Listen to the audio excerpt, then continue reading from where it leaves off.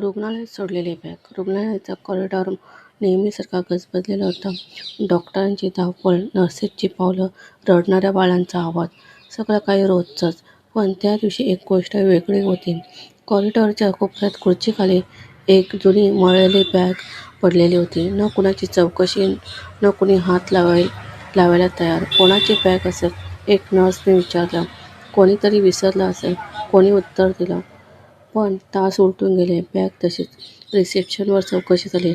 CCTV तपासलं. एक दृश्य दिसलं. रात्री उशिरा एक स्त्री, डोळे सुजलेले, चेहरा घाबरलेला, ती बॅग ठेवते आणि मागे वळून न पाहता निघून जाते. सगळे गप्प. कोणी काही बोललेलं नाही. बॅग उघडायची हिंमत कुणालाच होत नव्हती. जर काही चुकीचं असेल तर? जर बॉम्ब वगैरे? भीती शेवटी. वरिष्ठ डॉक्टरांनी सांगितलं, उघडावी लागेल. बॅग उघडली आणि सगळ्यांच्या श्वासावर श्वास थांबला. आत एक नवजात बाळ, जिवंत, हलकेच रडत होतं. अजूनही उबदार. त्याच्या बाजूला एक छोटंसं कापड आणि एक कागद. पत्र उघडला गेला. हात थरथरत होते. पत्रात लिहिलं होतं, मला माफ करा, मी पळून जाते. माझ्याकडे पैसे नाहीत, घर नाही, समाज नाही. हे बाळ मी वाढवू शकत नाही. पण मारायची हिंमतही नाही, म्हणून इथे सोडते. कृपया याला जगू द्या. एक पळकुटी आई. कॉरिडॉरमध्ये शांतता पसरली. नर्सचे डोळे भरून आले. डॉक्टरांनी मान खाली घातली. आई असूनही आई राहू शकली नाही. कोणी पुटपुटलं. बाळाला NICUमध्ये हलवलं गेलं. डॉक्टरांनी तपासणी केली. सुदैवाने बाळ ठणठणीत होतं. पण प्रश्न एकच, आई कोण? का पळाली?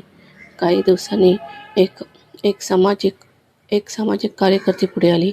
मी या बाळाला दत्तक घेईन, तिने सांगितलं. डोळ्यात मायावती, हातात विश्वास. सगळ्यांना दिलासा मिळाला. बाळाला नवीन नाव मिळालं, नवीन आयुष्य. वर्षे सरली. ते बाळ मोठं झालं, हुशार, संवेदनशील, इतर मुलांपेक्षा वेगळं. कारण त्याला माहीत होतं, तो कोणीतरी सोडलेला आहे. एक दिवस कॉलेजमध्ये भाषण द्यायची वेळ आली. विषय होता, जबाबदारी म्हणजे काय. तो मंचावर उभा राहिला आणि म्हणाला, माझं आयुष्य एका बॅगमुळे वाचलं. ज्यांनी मला जन्म दिला त्यांनी पळ काढला, पण ज्यांनी मला उचललं त्यांनी मला आयुष्य दिलं. जबाबदारीपासून पळणं सोपं असतं, पण ती स्वीकारणं माणूस बनवतं. सभागृह टाळ्यांनी भरून गेलं. शेवटचा ट्विस्ट. भाषण संपल्यावर एक स्त्री मागच्या रांगेत उभी राहिली. डोळ्यात पाणी. तीच स्त्री होती जिने कधी काळी रुग्णालयात बॅग ठेवली होती. ती पुढे आली नाही, ओळख सांगितली नाही, फक्त इतकंच पुटपुटली, माझा अपराध. आज मला माणूस बनवते. आणि निघून गेली.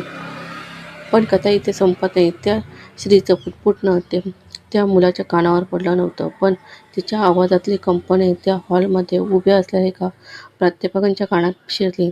त्या प्राध्यापकांनी तिला पाहिलं. तिच्या हातात थरथर, डोळ्यात अपराध आणि चेहऱ्यावर वर्षानुवर्षाची झीज. ती स्त्री कॉलेजच्या गेटकडे निघाली, जणू पुन्हा एकदा पळ काढायला. पण यावेळी तिची पावलं थांबली, कारण मागून एक आवाज आला, आई. तो आवाज खूप हलका होता, पण त्या स्त्रीच्या काळजावर घाव बसल्यासारखा पडला. ती मागे वळली. तोच मुलगा, भाषण देणारा, डोळे खोल, शांत, पण आतून खूप काही वाहत होतं. मला माहीत नाही तुम्ही कोण आहात, तो म्हणाला, पण तुमच्या डोळ्यात मी आज पहिल्यांदा खरी भीती पाहिली आणि खरी मायासुद्धा. ती काहीच बोलू शकली नाही. ओठ थरथरत होते. शब्द फुटत नव्हते. तुम्ही पळालात, तो पुढे म्हणाला, पण मला सोडून तुम्ही मला मारलं नाहीत. तेवढं पुरेसं आहे मला आज इथे उभं राहण्यासाठी. त्या स्त्रीचे गुडघे थरथरले. ती खाली बसली, रडू लागली, लहान मुलीसारखी, पहिल्यांदाच खुल्या मनाने. मी रोज मरण पावले, ती म्हणाली. त्या बॅगेत तुला ठेवून निघाले त्या दिवसापासून प्रत्येक सण, प्रत्येक वाढदिवस माझ्यासाठी शिक्षा होती. मुलगा तिच्याजवळ बसला, हात पुढे केला, पण स्पर्श केला नाही. माफ कर ना, तो म्हणाला. हे तुमच्यासाठी नाही, हे माझ्यासाठी आहे, कारण राग घेऊन मी पुढे जाऊ शकत नाही. ती त्याच्याकडे पाहत राहिली, जणू देव समोर बसला आहे. मी आई होऊ शकले नाही, ती पुटपुटली, पण आज तू मला माणूस बनवलंस. तो हसला. पहिल्यांदाच मनापासून. आई असणं म्हणजे जन्म देणं नाही, तो म्हणाला. आई असणं म्हणजे कधीतरी, चुकून का होईना, योग्य निर्णय घेणं. कॉलेजचा कॉरिडॉर पुन्हा गजबजला. विद्यार्थी हशा पावलं. पण त्या कोपऱ्यात दोन जीव शांतपणे उभे होते. एक ज्याने आयुष्य सोडलं होतं आणि एक ज्याने आयुष्य मिळालं होतं. ती बॅग कधीच सापडली नाही, कधीच दाखवली गेली नाही. पण तिच्यातून एक आयुष्य वाचलं होतं आणि 2 माणसं जन्माला आली होती.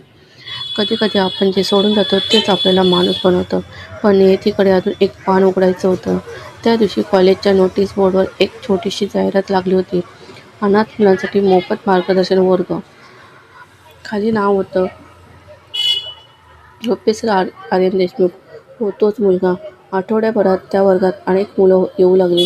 कोणी स्टेशनवर सापडलेली, कोणी मंदिरात, कोणी कचराकुंडीतून वाचलेली.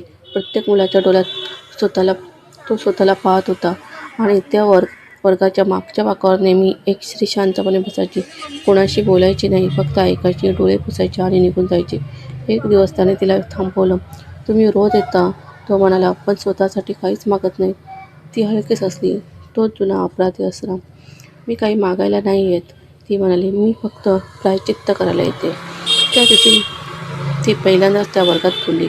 "मी एक आई आहे," ती म्हणाली, "जिने एकदा पळ काढला, पण आज इथे थांबते कारण कोणीतरी माझ्या चुकीला अर्थ दिला." मुलांनी टाळ्या वाजवल्या कारण त्यांना कथा माहीत नव्हती, पण वेदना समजत होती. वर्षे सरलं. त्या स्त्रीने स्वतःच्या नावाने नाही, तर त्या बॅगेतून वाचलेल्या बाळाच्या आईने एक ट्रस्ट सुरू केला. बॅग नाही, आधार हेच त्याचं नाव. आजही त्या ट्रस्टच्या ऑफिसमध्ये एक जुनी मळलेली बॅग ठेवलेली आहे, रिकामी, पण तिच्यावर एक ओळ लिहिलेली आहे. कधी-कधी रिकामी बॅगच कोणाचं पूर्ण आयुष्य भरते.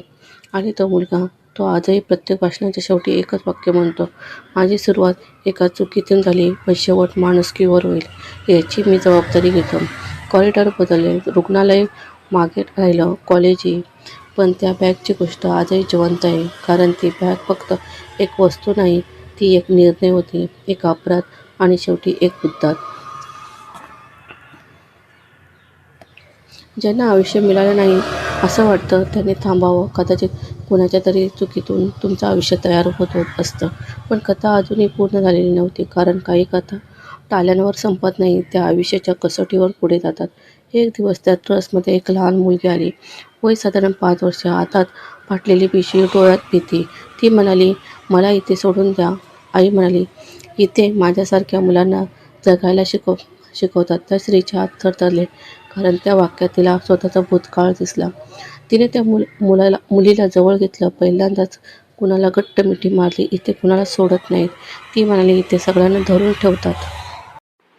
त्या दिवशी ती स्त्री घरी गेली नाही. ती ट्रस्टमध्येच थांबली. रात्री उशिरापर्यंत त्या मुलीच्या डोक्यावरून हात फिरवत बसली आणि पहिल्यांदाच तिच्या मनात एक विचार आला, "कदाचित मला अजून एक संधी आहे." दुसऱ्या दिवशी ती आर्यनकडे गेली. "मी परत आई होऊ शकते?" तिने विचारलं. आवाज थरथरत, डोळे खाली. आर्यन काही क्षण गप्प राहिला. मग शांतपणे म्हणाला, "आई होण्यासाठी परफेक्ट असावं लागत नाही, फक्त थांबावं लागतं." त्या दिवसापासून ती त्या ट्रस्टमधल्या प्रत्येक मुलाची आत्या, मावशी, आई कधी काय तर कधी काय झाली. पण कुणालाही ती खरी कथा माहिती नव्हती. वर्षानंतर एका कार्यक्रमात एका पत्रकाराने प्रश्न विचारला, "या ट्रस्टचं नाव बॅग नाही, आधार असं का?" आर्यन स्टेजवर उभा राहिला, क्षणभर थांबला आणि म्हणाला, "कारण माझ्या आयुष्याची सुरुवात एका बॅगेत झाली आणि शेवट माणसांच्या हातात." हॉल शांत झाला. त्या मागच्या रांगेत ती स्त्री उभी होती, डोळ्यात पाणी पण चेहऱ्यावर शांती. त्या दिवशी तिने पहिल्यांदाच स्वतःला माफ केलं. ती बॅग आज कुठेतरी असेल, कदाचित कुजलेली, कदाचित जळालेली, पण तिच्यातून जे बाहेर आलं ते अजूनही लोकांचं आयुष्य बदलत आहे. काही चुका आपल्याला संपत नाहीत, त्या आपल्याला योग्य ठिकाणी घेऊन जातात.